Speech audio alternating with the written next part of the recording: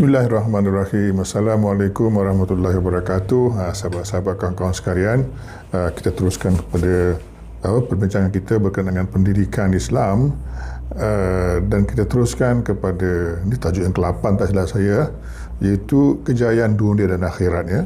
Jadi dalam pendidikan Islam ni kita bukan saja lihat untuk kejayaan dunia, tetapi yang lebih penting lagi adalah kejayaan di akhirat ya. Tapi kedua-dua sekali kita perlukan. Kita akan ceritakan kemudian ya. Jadi apa namanya, kita bukan, setengah orang kata tak payahlah dunia kan, tapi tak macam tu ya. Sebenarnya kejayaan dunia itu juga penting ya. Kita ambil contoh seorang sahabat Rasulullah namanya Utsman bin Affan ya. Namanya terkenal kan, semua orang Islam tahu Utsman bin Affan ni.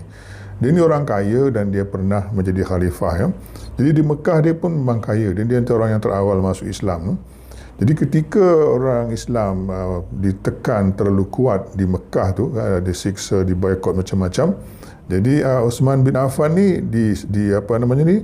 diminta oleh Rasulullah pergi hijrah ya, menjadi ketua rombongan lah, hijrah ke Habsah, ke Ethiopia sekarang lah kan. Jadi di sana tu dia bukannya ada bukan boleh bawa harta banyak-banyak kan. Tapi dia sampai sana, dia pandai buat bisnes dan dia kenal orang-orang kat sana. Sebab dia biasa dah bisnes kat sana kan. Jadi dia banyak duit lah. Kan dia kaya lah dekat Habsah kan. Tapi duit itu bukan digunakan untuk keuntungan dia sendiri, tetapi juga untuk menolong orang-orang Islam lain yang datang, yang berhijrah, melarikan diri, mengungsi daripada Mekah ke Habsah lah kan. Dan kemudian dia balik semula ke Mekah kan. Selepas dah reda sikit di Mekah, dia balik. Kemudian dia juga hijrah ke Madinah lah bersama-sama dengan sahabat-sahabat yang lain. Jadi bila sampai di Madinah, satu hari itu ada cuaca kering lah ya,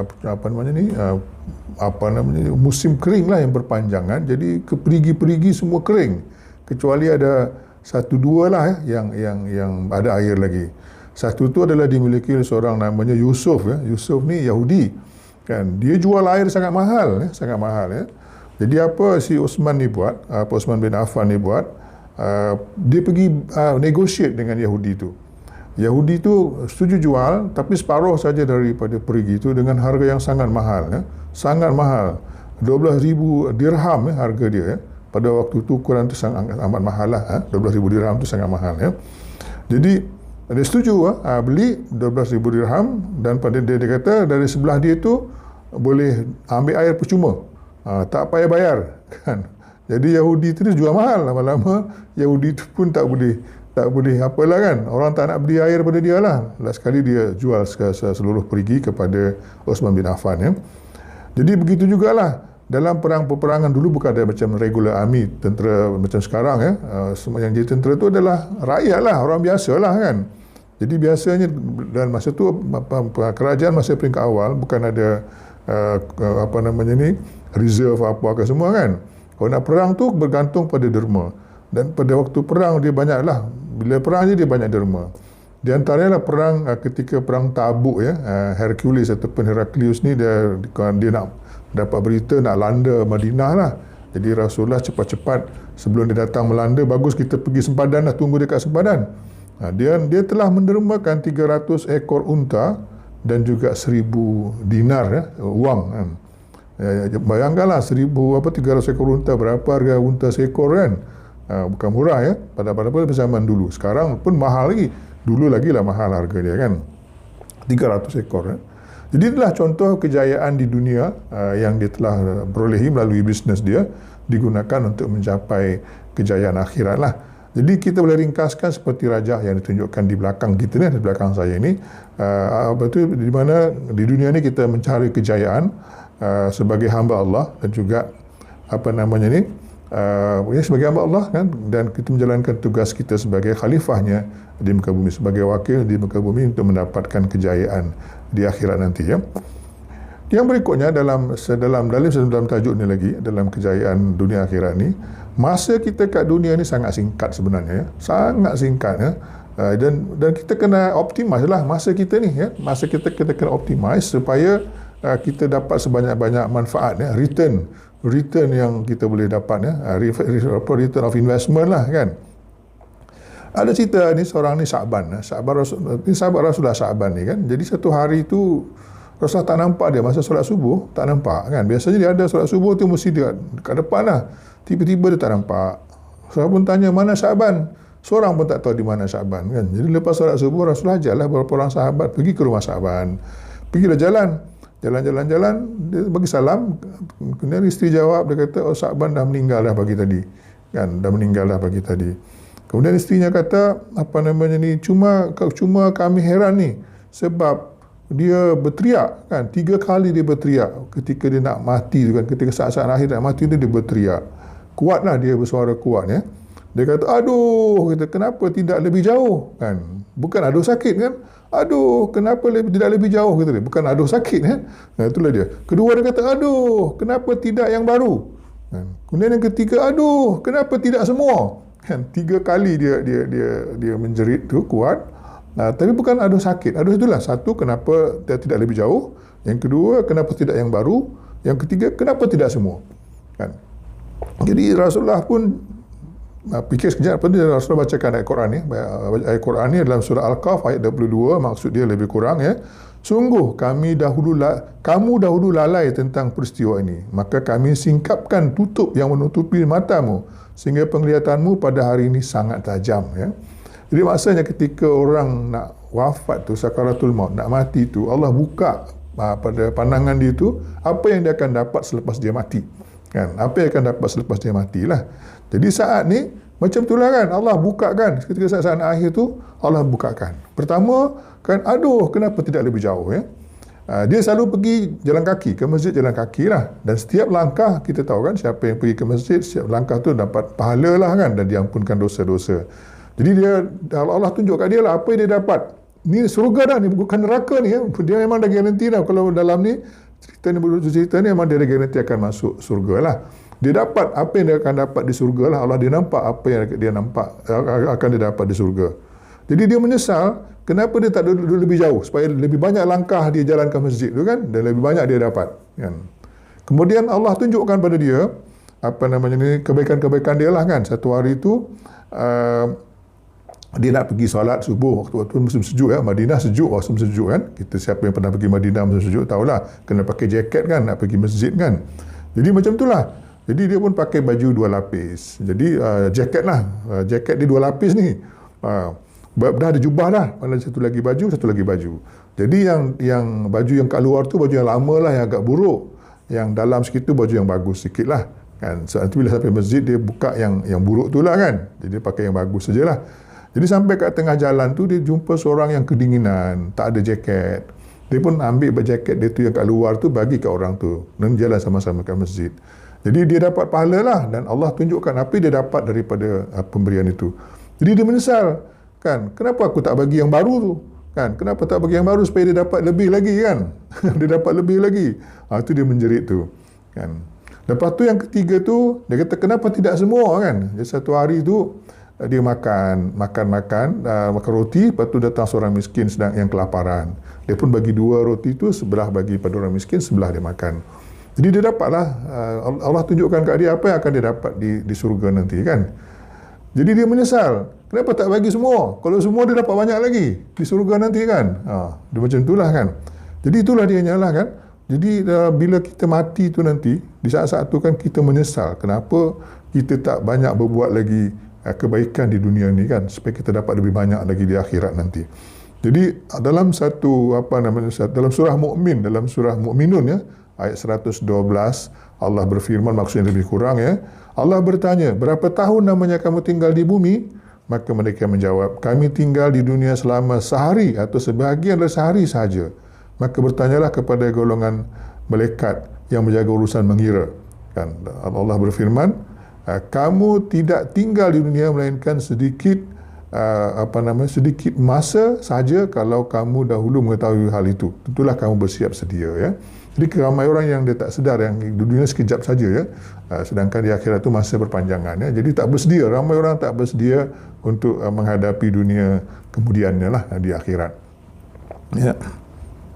Kemudian yang berikut ni saya nak cerita pasal kejayaan dunia tu untuk mencapai kebahagiaan di akhirat juga ya. kebahagiaan di akhirat juga. Jangan kita dapat kejayaan dunia ni kita pun seronok habis dunia kan, tapi kita manfaatkan untuk mencapai kebahagiaan akhiratnya. Bahagia dunia tak apa, tapi kita tujuan utama kita adalah kebahagiaan di akhirat. Sebab itu masa yang berpanjangan. Dunia ni sekejap sajalah. Ya. Abdul Rahman bin Auf ni seorang usahawan yang besar jugalah, yang besar bersama-sama Rasulullah.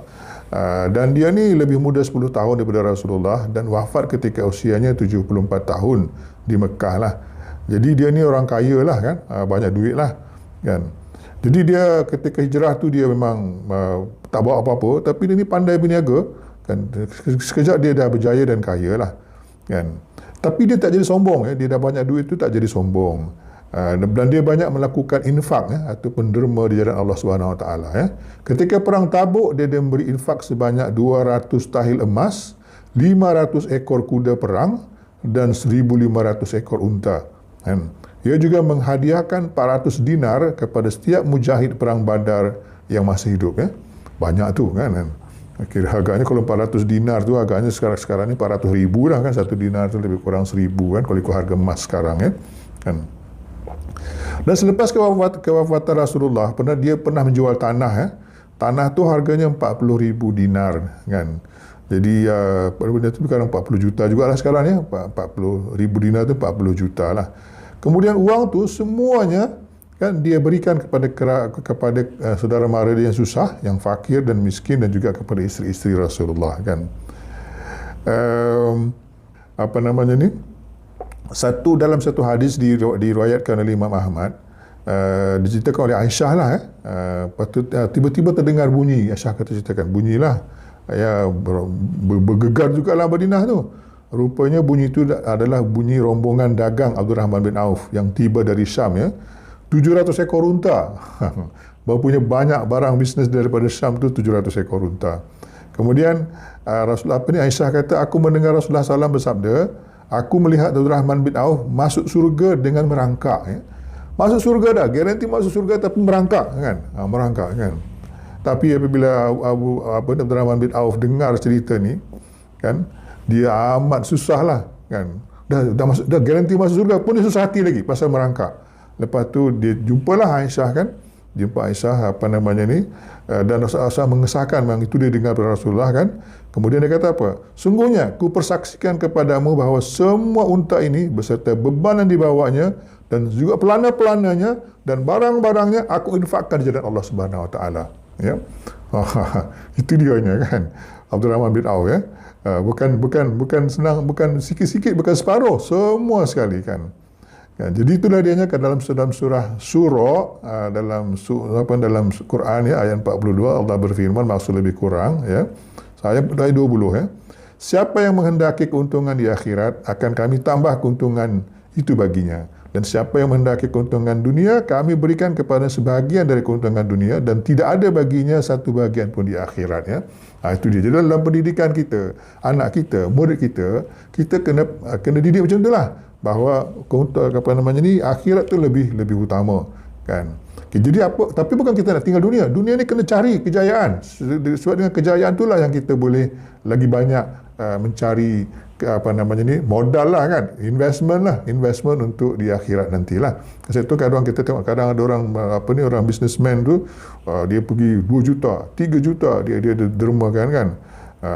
Memang macam itulah. Saya pasal dia mengharapkan return of investment yang besar kan. Kalau simpan kat bank tak banyak, tapi kalau di akhirat banyak, boleh sampai 700 kali ganda dapatnya kan. Bahkan lebih lagi daripada itu kan. Kemudian yang berikut ni nak cerita pasal manfaatkan masa di dunia ni, optimize masa lah di dunia ni untuk mencapai tujuan di akhirat kan. Jadi kita tengok Umar bin Khattab dia ni pun sangat optimiskan masa kan. Jadi ketika orang Islam, tentera Islam sampai ke Palestin, sampai ke Syam semua tu, bishop yang merintah di Palestin nama dia siapa ni? Patriarch Sopronius kan. Dia kata, aku akan serahkan tanpa perang, aku akan serahkan Palestin ini kepada kamu dengan syarat khalifah datang. Pemimpin utama macam kita presiden lah sekarang, atau Perdana Menteri lah kan, atau Tuan Agong lah datang sendiri kan sini. kan. Aku akan serahkan, tak payahlah nak perang-perang lah kan. Jadi apa namanya ni, panglima perang pada waktu Abu Ubaidah pun tulis surat, dan Umar pun tak buang masa datang, hanya dengan 2 orang saja datang. 2 orang, apa namanya ni, ialah kenapa apa namanya ni, Abu Ubaidah segera tulis surat. Dia pun faham sebelum tu, 20 tahun lebih kurang sebelum tu, Palestin pernah dilanda oleh Parsi dan mereka mengalami nasib yang teruk kan, habis kan, gereja dirosakkan, orang dibunuh kan. Jadi dia tak nak tentera Islam masuk. Jadi Abu Ubaidah faham ni kan. Jadi dia pun tulis surat pada khalifah. Umar pun faham ketakutan Sopronius ni. Jadi dia pun terus datang kan. Tapi dia ni itulah, datang berdua sahaja dengan seekor unta. Lepas tu 2 orang 2 unta lah kan. Ini tak. Jadi pasal perjalanan tu orang gilir-gilir. Kadang dia turun jalan kaki, dia punya pembantu dia naik unta. Kan kadang dia naik pembantu dia ni kan. Jadi itulah, bila sampai kat Palestin tu, giliran dia jalan kan. Jadi orang-orang bishop Patriarch Sopronius ni pun rupanya dah ada dalam dia punya kitab, dah ada dah. Orang akan datang dan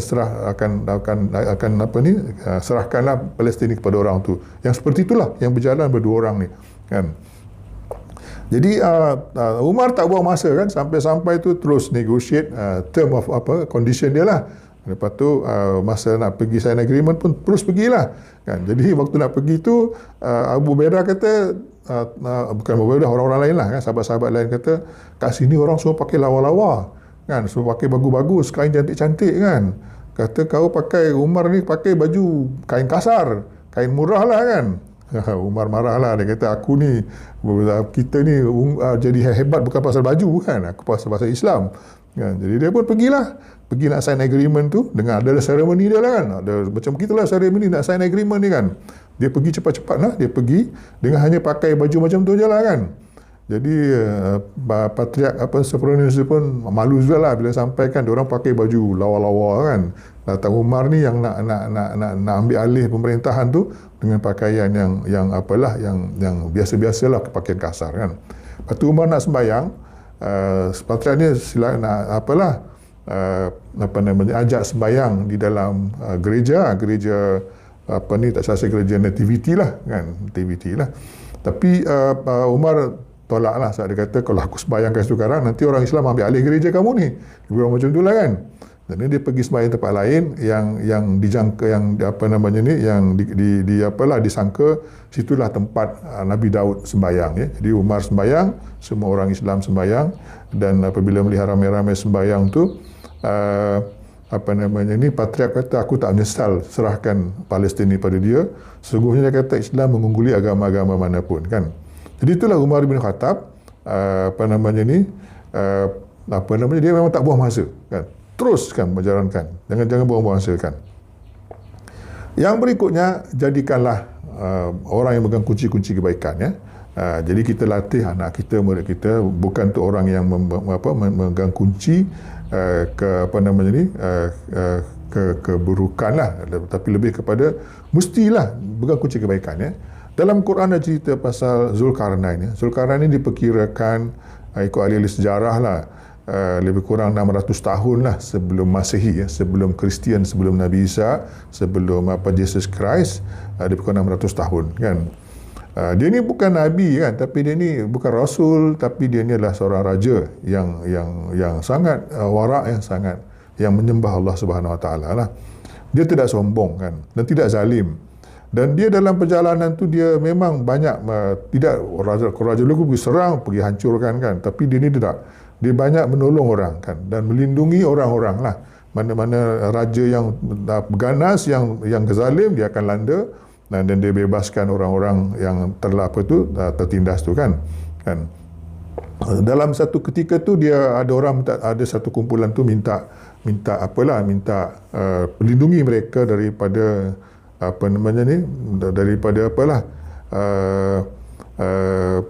bahaya lah kan.